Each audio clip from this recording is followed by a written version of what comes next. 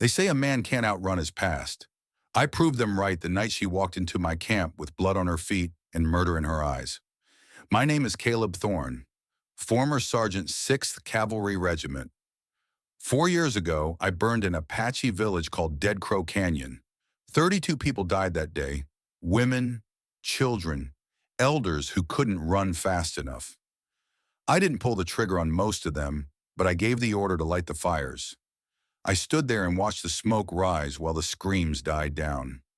The Army called it a military operation. They gave me a commendation. But when I close my eyes at night, I don't see medals. I see faces in the flames. So I left.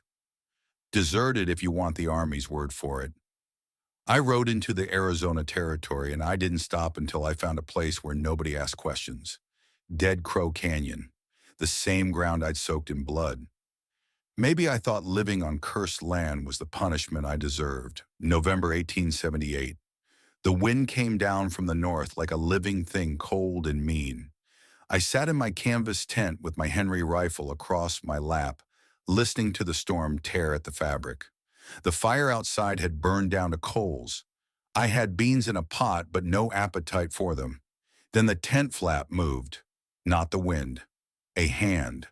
I raised the rifle. The barrel pointed at the darkness. My finger found the trigger. A figure stumbled in. Small, wrapped in a burned wool blanket, bare feet bleeding. Black hair stuck to her face with sweat or tears or both. She didn't cry out, didn't beg, just stood there half crouched waiting to see if I'd shoot her or let her stay. Her eyes met mine in the firelight, dark, empty of hope but not of fight. "You alone?" I asked in Apache. I'd learned the language so I'd know what the people were saying when we came for them. She nodded. "You bring soldiers?" She shook her head. I lowered the rifle. Not because I trusted her, because if she'd come to kill me, I probably had it coming. I pulled out my spare blanket and dropped it at her feet. "Sit by the fire. You can leave when the storm breaks." She picked up the blanket slowly like it might be a trap. Then she sat on the far side of the fire pit, cross-legged, wrapped tight, eyes never leaving the rifle. We didn't speak again that night. Neither of us slept. When dawn came pale and cold, I stepped outside to check my traps. She stayed in the tent. When I came back with a rabbit, she was still sitting in the same position, but her eyes were sharper, awake in a way that goes deeper than sleep. I skinned the rabbit without a word, put it in the pot with what was left of the beans. When it was ready, I filled a tin cup and handed it to her. She took it with both hands, drank slow, didn't thank me, didn't need to. "You got a name?" I asked. She stared into the fire for a long moment. Then, quiet as a breath, she said, "Ayanna." "Caleb." She didn't repeat it, just tucked it away somewhere behind those dark eyes. We ate in silence. When she was done, she stood and walked to the edge of camp. For a second, I thought she'd run. Instead, she turned back. "My brother," she said, "Coda, 7 years old. The priest took him." I set down my cup. "Where?" "St. Michael Mission, 4 days south near Dragoon Pass." I stood up, checked the Henry, 15 rounds. Enough for a trip like this if things went right. Not enough if they went wrong. "You can't go alone," she said. "I'm not taking you. He's my brother." I gazed at her. Really gazed. She was thin from hunger but not weak. Her hands were calloused. Her feet were torn up, but she hadn't complained once. This woman had survived something most people don't. "You ever kill a man?" I asked. She didn't answer. "Then you stay here. I'll bring the boy back." "Why would you help me?" That stopped me cold. It was a fair question. I didn't have a good answer, just the truth. 4 years ago, I burned a village full of children. Maybe this is how I start paying for it. Ayanna stared at me for a long time. Her eyes didn't soften, but something shifted behind them. She pulled the blanket aside. Underneath, she had a knife strapped to her thigh and an old ammunition belt around her waist. "I killed the elder who sold Coda," she said. I'll kill the priest too if I have to. For the first time in 4 years, I felt like I wasn't alone in hell. Before we left, Ayana handed me a crumpled piece of paper. Transfer document, it looked like. Official seal. Signature at the bottom, Father C. Blackwood, St. Michael Mission Child Services. But underneath, in different ink, smaller handwriting, delivery to Sonora, 20 pesos per head. My blood went cold. This wasn't a transfer. It was a bill of sale. And I knew Cornelius Blackwood. 4 years ago, when I was still with the Army Legal Office, I'd reported him for trafficking Apache children across the Mexican border. But Blackwood had friends: the governor, a railroad executive, a judge. My report disappeared, and I got reassigned to the 6th Cavalry to burn villages. Now he was back, and this time I wasn't going to file a report. "We leave at dawn," I said, "and we go armed." The ride south took 4 days and 3 nights. Day 1, we crossed the Dragoon Valley, red earth and sharp rocks. Ayana rode behind me on the mule, not complaining when the saddle rubbed blisters into her legs. The sun beat down like a hammer. By nightfall, my throat was raw from dust, and her lips were cracked from thirst. But she didn't ask to stop. Day 2, I taught her to shoot. We stopped by a dried creek bed, and I handed her my Colt .45. "Aim low," I said. "Recoil pulls up." She fired, missed the target by 10 feet. "Again!" She fired again. Closer. Third shot, she hit dead center. I nodded. "Fast learner." "I have good reason," she said. That night by the fire, she asked the question I'd been waiting for. "Why did you burn my village?" I stopped sharpening my knife. "Orders." "That's not a reason. It's the only one I have." She gazed into the flames. The firelight carved shadows across her face. "My mother died in that fire. I was 8. I hid behind a woodpile and watched her burn." I didn't say anything. Some sins don't have apologies. "I don't forgive you," she said quietly, "but I see you're not that man anymore. Some men don't deserve a second chance.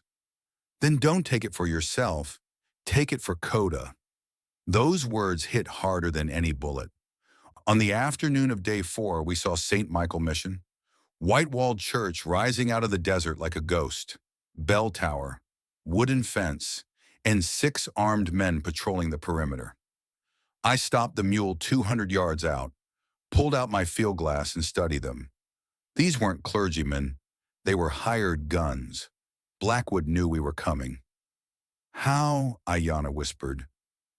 "He remembers me," I said. "He knows I'd come back." The plan was simple. I'd go in as a traitor looking to adopt. Ayana would stay hidden in the brush. If things went wrong, she'd fire a warning shot and we'd run. But plans die fast. That evening, as the sun bled red across the desert, Ayana and I crept closer to the mission. We hid in a thicket of mesquite, watching the patrol routes, counting guards, looking for weak points. 2 guards walked straight toward us. I pressed Ayana flat into the dirt. We held our breath. 20 feet away. 15. 10. "Heard Blackwood's expecting trouble," one guard said. "Some deserter from the Apache wars." "How'd he know?" "Telegraph from Tucson. Marshall's got a bounty poster. $500. They stopped, 5 feet from where we lay. I gripped my knife. If they turned their heads, if they saw us, I'd have to kill them both. Fast, quiet. But they didn't. They kept walking. When they were gone, Ayana exhaled slow. "They know you're coming," she whispered. "Good," I said. "Means Blackwood's scared." I walked into that mission the next morning like I owned the place. No disguise, no false name. Just me and the Henry rifle slung across my back. Father Cornelius Blackwood was waiting in his office, sitting behind a heavy oak desk, pouring himself whiskey like we were old friends. "Sergeant Thorne," he said with a smile that didn't reach his eyes. "I've been expecting you." "Where's the boy?" "Safe. For now." He sipped his drink.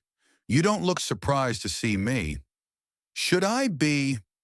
You've been selling children for years. I knew you'd still be at it. Blackwood set down his glass. You reported me once. Cost me 6 months of investigation. Lucky for me, I have friends in high places. Unlucky for you, you're here on my land now. I put my hand on the Colt at my hip. I'm taking the boy. You can report me after. Or I can have my men shoot you right here. You're a deserter, Thorne. Worth $500 dead or alive. The boy gets sold either way. Stalemate. Gunfire erupted outside. I drew my Colt. Blackwood drew his. But before either of us could fire, Ayanna smashed through the window, rolled across the floor, and threw a stack of papers onto the desk. You're not just selling children, she shouted. You're clearing land for the railroad. I turned my attention to the papers spread across Blackwood's desk. First, a map, red line drawn from Tucson to El Paso. Label in neat script, Southern Pacific Railway land, cleared by December 1878. I picked up the second document, a letter. Official government letterhead, signed by Governor Edmund Ross himself. Dear Father Blackwood, your services in removing obstacles along the proposed rail corridor are greatly appreciated. Payment of $5,000 has been wired to your account as agreed. The third paper was an account ledger, columns of numbers, dates, names. Deliveries to Sonora 47 children, $20 per head. Total revenue, $940. And there at the bottom, a handwritten note in the margin. Blackwood's writing, I recognized it from the transfer papers. Dead Crow Canyon, 32, eliminated November 1874. Land secured for SP Railway. Bonus payment received. My hand started shaking. You ordered the burning, I said. Blackwood smiled, cold, satisfied. The Army thought it was a military target. Apache raiders, they called them. But it was just a village sitting on railroad land. I paid your captain $3,000 to give the order. You were the weapons sergeant, a very effective one. Rage boiled up from somewhere deep. I grabbed him by the collar and slammed him against the wall. His whiskey glass shattered on the floor. Where is the boy? Cellar, he choked out. Blood trickled from his nose. But you'll never leave alive. My men have orders. If I don't walk out of here in 5 minutes, they burn this place down with everyone inside. I punched him. Once. Twice. His head snapped back. He went limp. Find Coda, I told Ayanna. I'll handle the rest. She ran for the cellar. I stepped into the courtyard. 6 men stood there, guns drawn, waiting. I didn't give them time to think. First shot from the Henry. The man in the bell tower. He fell backward, the rifle clattering down beside him. Second and third shots, 2 guards at the gate. They went down before they could raise their weapons. Fourth shot, the man hiding behind the water barrel. The bullet punched through the wood and found him. Fifth and sixth shots. 2 men running from the stables trying to flank me. 3 left. They scrambled for cover inside the church. I reloaded and went in after them. My boots echoed on the wooden floor. Pews overturned. Candles knocked over. Broken statues of saints staring down with empty eyes. One man jumped out from behind the altar with a knife. I sidestepped, brought the rifle stock up hard into his face. Bone cracked. He collapsed. The last 2 were upstairs, firing down through the floorboards. Splinters rained down around me. I rolled behind the pulpit, fired back through the ceiling. Wood exploded. One man screamed and fell through his neck, twisted at a bad angle. The last one ran for the bell tower. I shot him in the leg. He collapsed against the bell rope. The bronze bell rang out across the desert like a funeral toll. Ayanna emerged from the cellar carrying Coda. The boy was thin, shaved head, hollow eyes but alive. Coda, she whispered. Her voice broke on his name. He blinked, stared at her like she might be a ghost, a dream, something his broken mind had conjured. His face crumpled. He started crying. She held him tight. Go, I said. Get him out of here. I'll finish this. What are you going to do? I turned back toward the office, toward Blackwood unconscious on the floor, toward the papers that proved everything.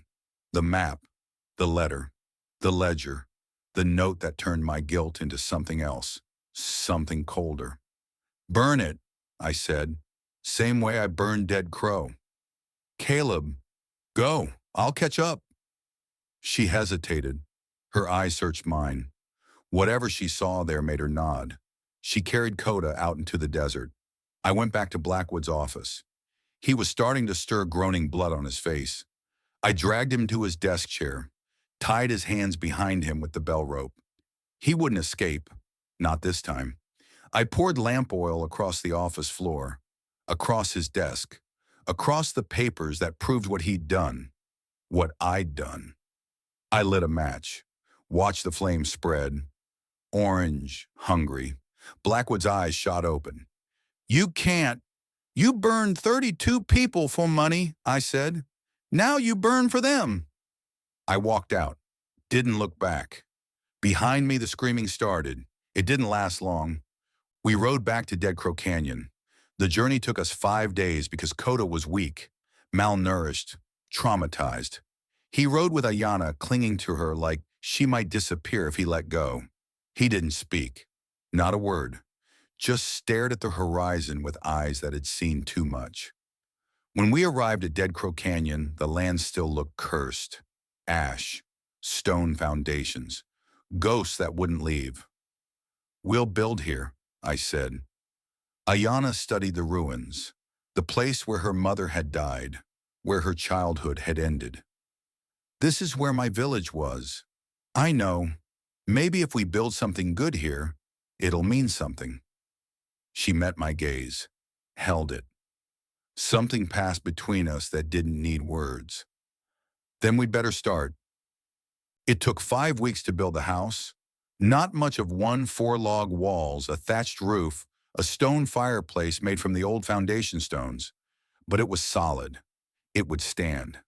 Coda helped. At first he didn't speak. Just moved stones where I pointed stacked wood when I asked. His small hands worked without stopping, like he needed the labor to quiet his mind. Week 2, he smiled for the first time. Just a flicker. When I showed him how to set a snare trap and we caught a rabbit on the first try. Week 3, he asked me to teach him how to shoot a bow. His hands were too small for the draw weight, but he tried anyway, determined.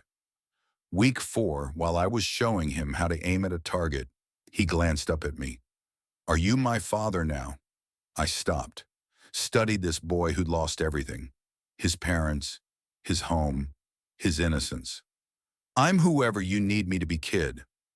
He thought about that, nodded. Okay, simple as that. Children don't need long explanations. They just need someone to stay.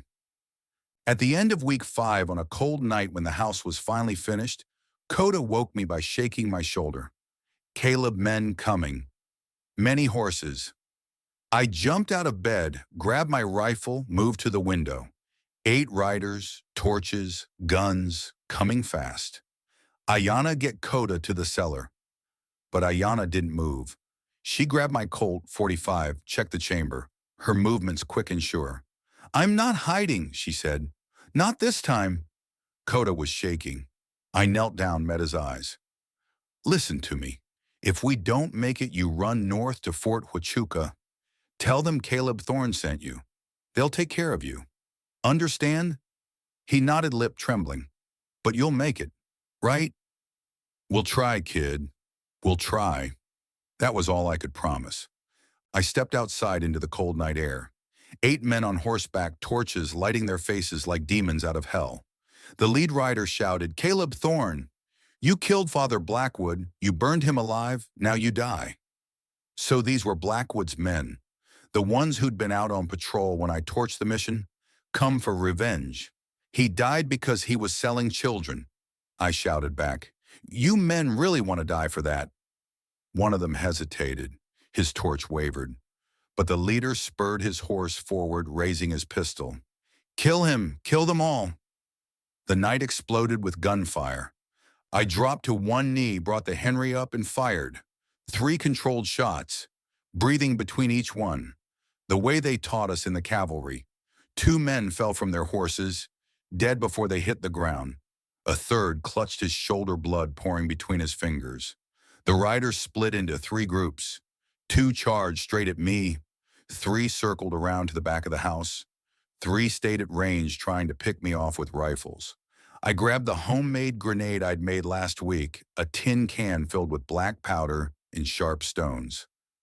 Lit the fuse, threw it behind the house. The explosion lit up the night. 1 man screamed.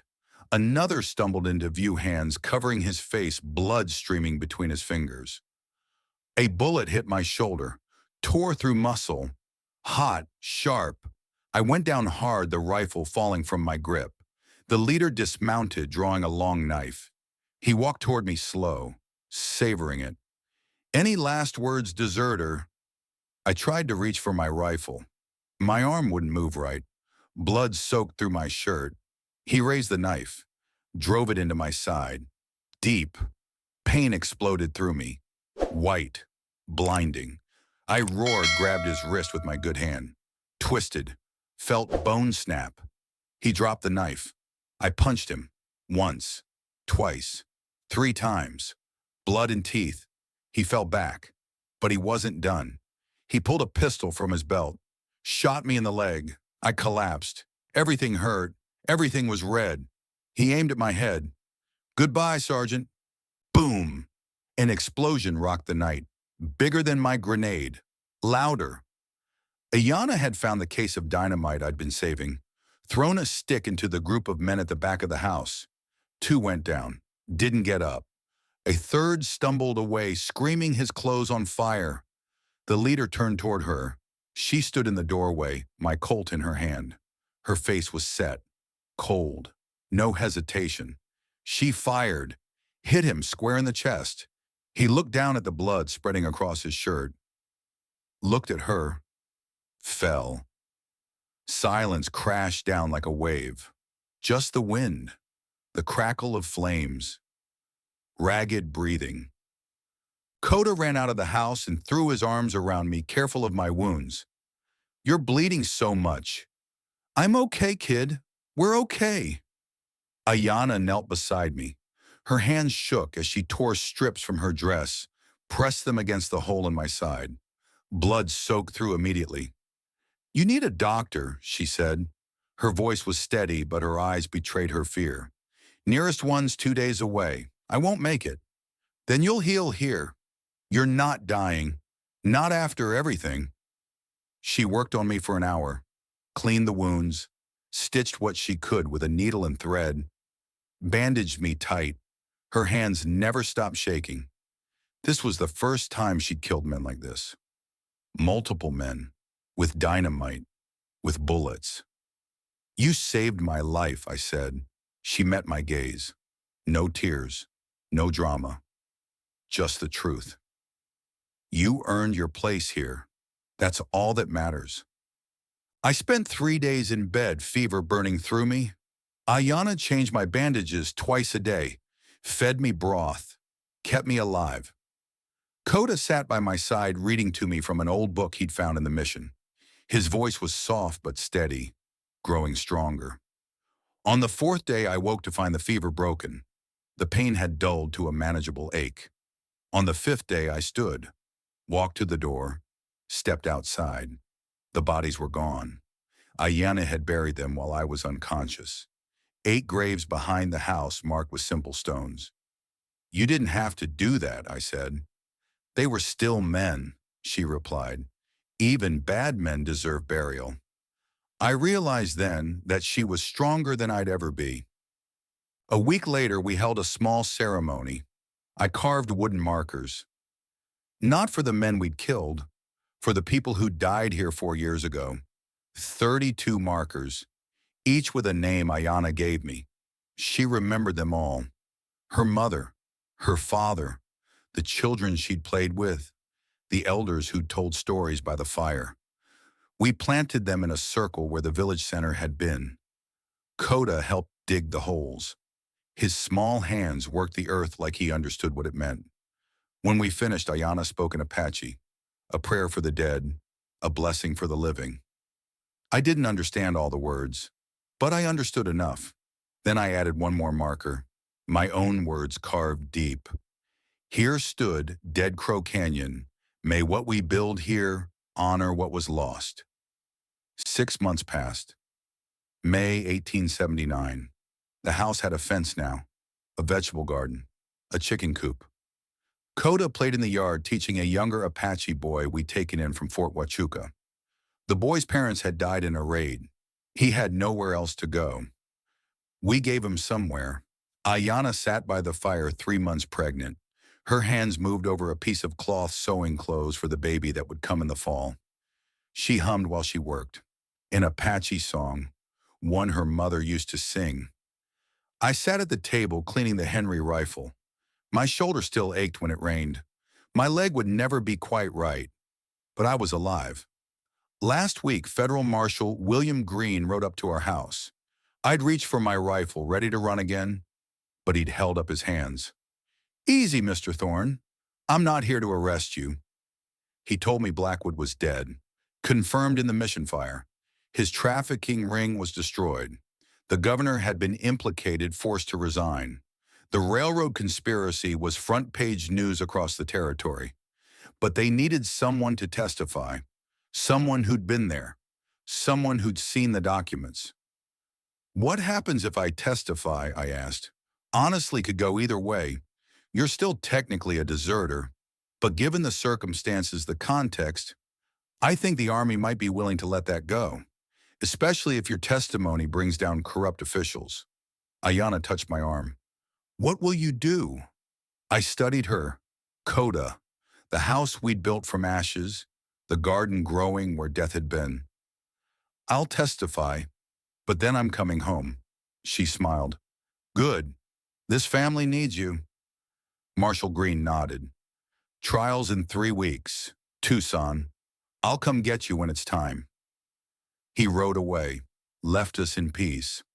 That night before bed, Coda asked, "Caleb, when the baby comes, will you teach him to shoot like you taught me?" I smiled. First real smile in 4 years.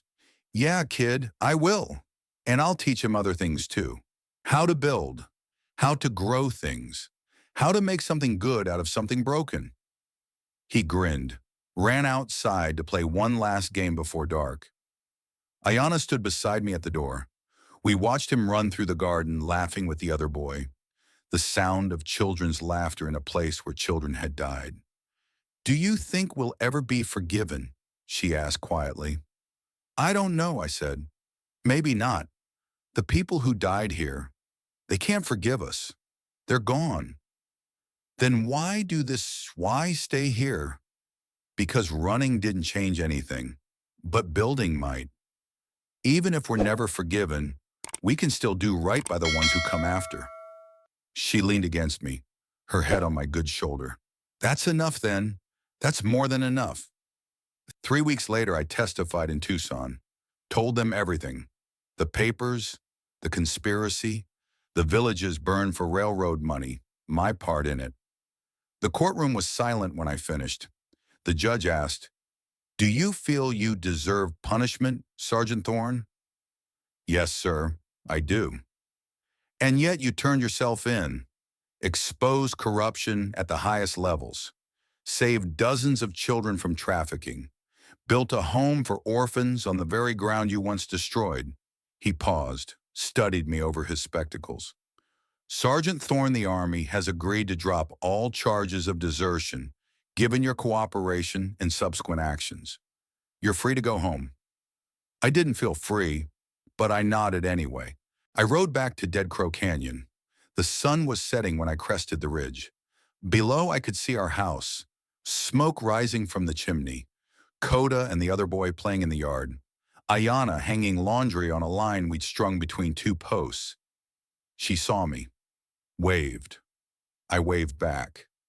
When I reached the house, Coda ran up and grabbed my leg in a hug. "You came back. I promised, didn't I?"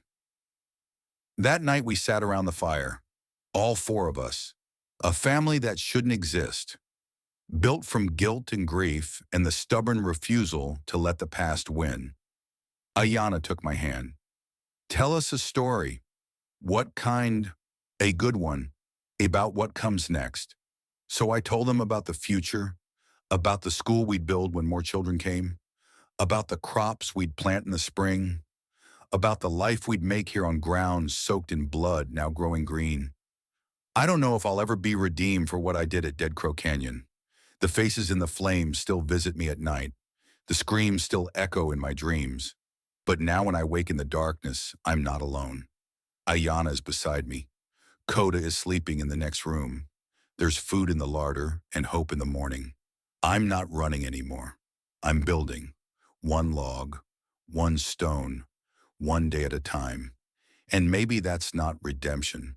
Maybe I don't get that, but it's something. It's home.